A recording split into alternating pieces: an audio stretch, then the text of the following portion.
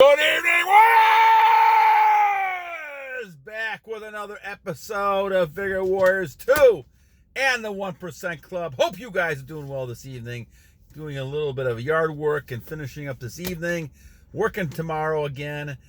Getting to it with God's purpose in mind. God bless you guys. Hope you guys are doing well. Hope you guys are conquesting. Hope you guys are continuing battling on. And I appreciate all the great comments. Today we're going to talk about wisdom that comes with semen retention. Thomas Fahy had a good topic there. Before we do that, let's go ahead and do some shout outs. Leo, thank you, my friend. Midgard Vikings, I love that name. That's a great name. Thank you. Villem, monk mode is hard. It is, my friend, but it is the striving excellence that we strive for in everything we do. And even if you don't get it all the time, you got to keep moving towards that, and you're going to become a better man for it. So great job. Hvd IV, thank you, my friend. Sense the aura. You do sense the aura. And thank you for sensing my aura. I appreciate that, buddy. Let's see. Newar, attisha, thank you. Dylan Geiger, thank you. Antonio, Rudy F. Rebuild. Yes, rebuild. If you release, rebuild, my friend. And you'll continue doing that. Mr. J, 1981. Relapse, but keep going. Don't ever give up. Kamil Zabiegola, thank you. Future Me Fitness Lifestyle, thank you. Christopher Anderson. Yes, the Matrix. We're going to talk about that in another episode, but I believe that the Matrix has been screwing us up for years, giving us all the wrong information, brainwashing us and different things that I don't think most of these things are right. And they're obviously for a purpose, for profit, and other types of things. And I believe that. Christopher Bowder, thank you. Too near me not to hear me. Too near me not to hear me. Great. I love it. Thank you. And Marco, we're going to talk about cold showers and exercise as well. All right. So at the 2-minute mark, let's talk about this topic, my friends. We are talking about wisdom that comes from being on semen retention. So what are we talking about that? Thomas Fahy had a good comment there. Well, let's examine this. Now, we're talking about the assumption that we make here that God has created a perfect human being that can deal with all the things going on in our society. I'm not saying perfect in the sense that perfect better than everybody else. I'm talking about a human being that can actually handle anything the world would offer. Why would God put something like that together if the person could not handle everything they were doing?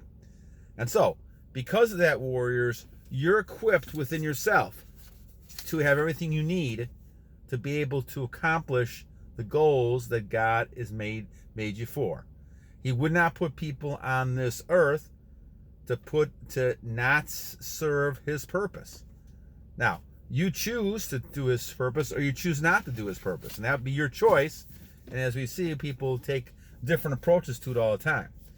But some people, when they are following God's word and you're going through retention and you're getting stronger, you're getting closer to the Lord.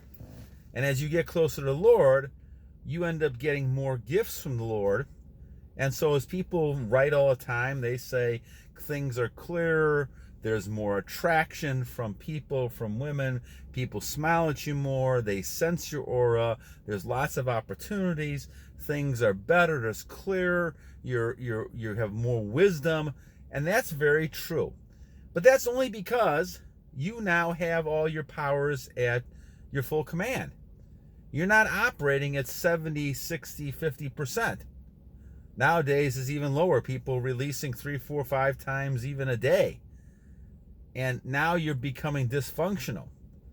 But if you're keeping your retention, even for a short period of time, even if you're only releasing once or twice a day, you're saving at least 3/4 of your energy. So as you go on, the less you release, for no reason except procreation, of course, then all of a sudden you're keeping all those, not only those nutrients for a health situation, but now you're also getting closer to God, in my opinion. And I've read articles and books on people like Malcolm X and different things like that. And they estimated about 12 years it took them of retaining to be able to get closer to the Lord. And I believe that's probably true. Now I'm only at 1,080 some days, so I'm around getting closer to 3 years. But there's a long way to go. And as Villem says, monk mode is hard. So getting in monk mode is difficult. But as you do this more, you're getting more and more habit forming. You're getting away from those just thinking about women all the time and thinking about sex. And now you're feeling more spiritual. As you feel more spiritual, and now you can sit there and meditate, and you can pray and go through prayer, and now the wisdom comes to you, warriors, as you're meditating each evening. Your focus is not to be chasing women around. Your focus is to meditate on God's purpose and then move ahead. We have been so much crazy brainwashed in our society through movies and all kinds of stuff on the internet and different things to think of the world as just chasing women and having sex and those kind of things all the time. Well, in fact, it should be the opposite in my viewpoint. That's why we're not talking about this matrix. We're talking about a red matrix instead of blue matrix. And all these things that doctors and other people tell you is actually, in my estimation, done for probably more profit reasons. And they may not even know it. They're following the common line that's been told to them. This is what we had this over the last several years with different things out there. People telling you this and following that, and people trusting people no matter who they were just because they look credible on TV or they look credible in the news. And people thought, well, this is the person we can trust. Well, this goes back, my friend, back to the olden days where people used to carve out idols and wooden idols and made those their god because they looked like they knew what they were doing. They're out there spewing whatever they're spewing. People are telling, okay, I'll believe this. I'll believe this person. They have to be my savior. There was a priest that did that many, many years ago. And many people died of taking cyanide. I think it was Kool-Aid. And they believe the person. They believe the person so much, they're not believing in God. And I think this is the difference, my friends, what you're looking at. When you're looking at wisdom, you're looking at spiritual wisdom. You're not looking at a person, no matter how good that person is. And I've known a lot of priests and pastors and ministers. No matter how good they are, they're only a person. And that is not your God. The God is the person who basically is a spiritual. So when you're on retention, you can identify the spiritual. You're not living in the physical world, warriors. You're living now in the spiritual world. You have made that decision not to release. And you don't realize the ramifications of that. The ramifications of that is you're moving from a physical flesh world where flesh can't be controlled, it's weak, to a strong spiritual world in which now you see a whole different side of life that many people don't see because they're caught in that same matrix that most people believe in. And until you jump that and figure out, okay, what I've been learning all these years is incorrect, most of it is, now I can actually live a life of happiness. In fact, let me tell you, do we really need people? We need people for some things, right? But let's see what the idea of loneliness is. People say, loneliness, we got to find somebody, right? Well, in fact, loneliness comes from the mind. You're taught that you're lonely. Now, I'm sure people need people, and women and men need people around them. But the fact of the matter is, people get driven to do things because they're lonely. And if they're lonely, they're releasing and all kinds of other stuff. And I went through a lot of that stuff myself. But the bottom line really is you don't need to do any of that. How can you be lonely if you have that joy and the peace of the Lord inside of you? And that's the spiritualness we're talking about. The rest of it is just kind of icing on a cake. Once you have the spiritualness and you're able to hang on to your if you're retaining and you're retaining your seed, your energy, all of a sudden you look at life totally differently. Those things around you are not that important. You don't need cars. You don't need people.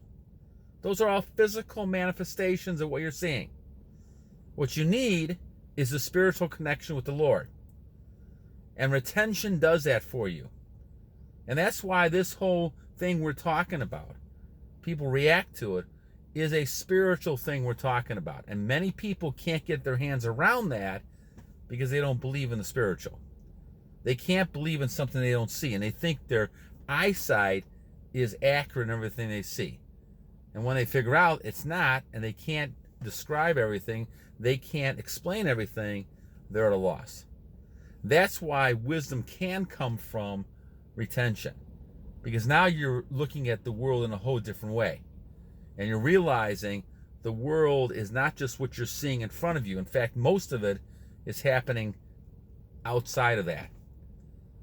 And that's that spiritual world that now you're entering into as you go through your journey day by day. So this is why retention becomes really important. And God knew that in a lot of the biblical stuff, things they're talking about, they knew how important this was. It's truly important when you're talking about trying to build that connection into the next world, into the other world you're talking about, the spiritual world. And it's crucial that we all do that. All right, my friends. Well, great comment, Thomas. I appreciate that. I hope I tried to answer a little bit to it. I will get to this weekend. I will try to do some research, more research on solar cultification from Martin, and also trying to do some more stuff on worldly dervishes that was mentioned in Kedler's book from Matt as well. So, all right, my friends, enough for tonight. You guys have a great evening. I'll post this in the morning. Hope you guys have a great day tomorrow. And remember, 2 things. Every day is a great day to a great warrior. And second, we are in that mist. It's time to battle call, my friends. So it's time to battle on! Have a great day, my friends.